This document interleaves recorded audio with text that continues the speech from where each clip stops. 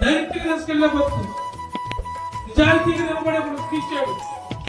కానీ మీ బుద్ధులు అనుకుంటున్నాయి దేవుడు దూరం అవుతాం, దోపతరం మేము ఈ పట్ల, ఈ పగలట్ల, ఈ సామాన్యులట్ల, పరిశుద్ధుల సహవాసం దూరం అవుతున్నాం.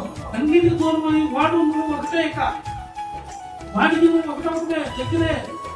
నువ్వు పరిశుద్ధులతో కాదు, ఎవరితో ఉంటున్నావు, ఎవరికి దగ్గర ఉంటున్నావు.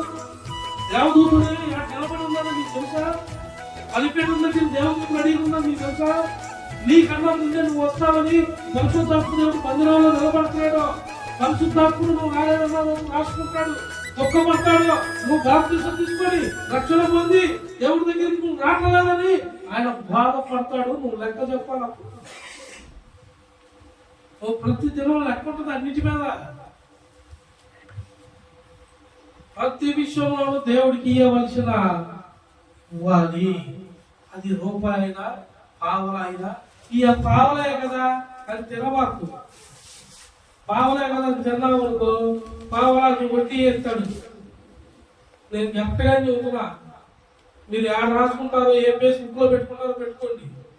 ఇది నా ఆత్మీయ బిడ్డలు, క్రైస్తవుల బిడ్డలు చెబుతున్నావు. ప్రతి పావలా లెక్కే.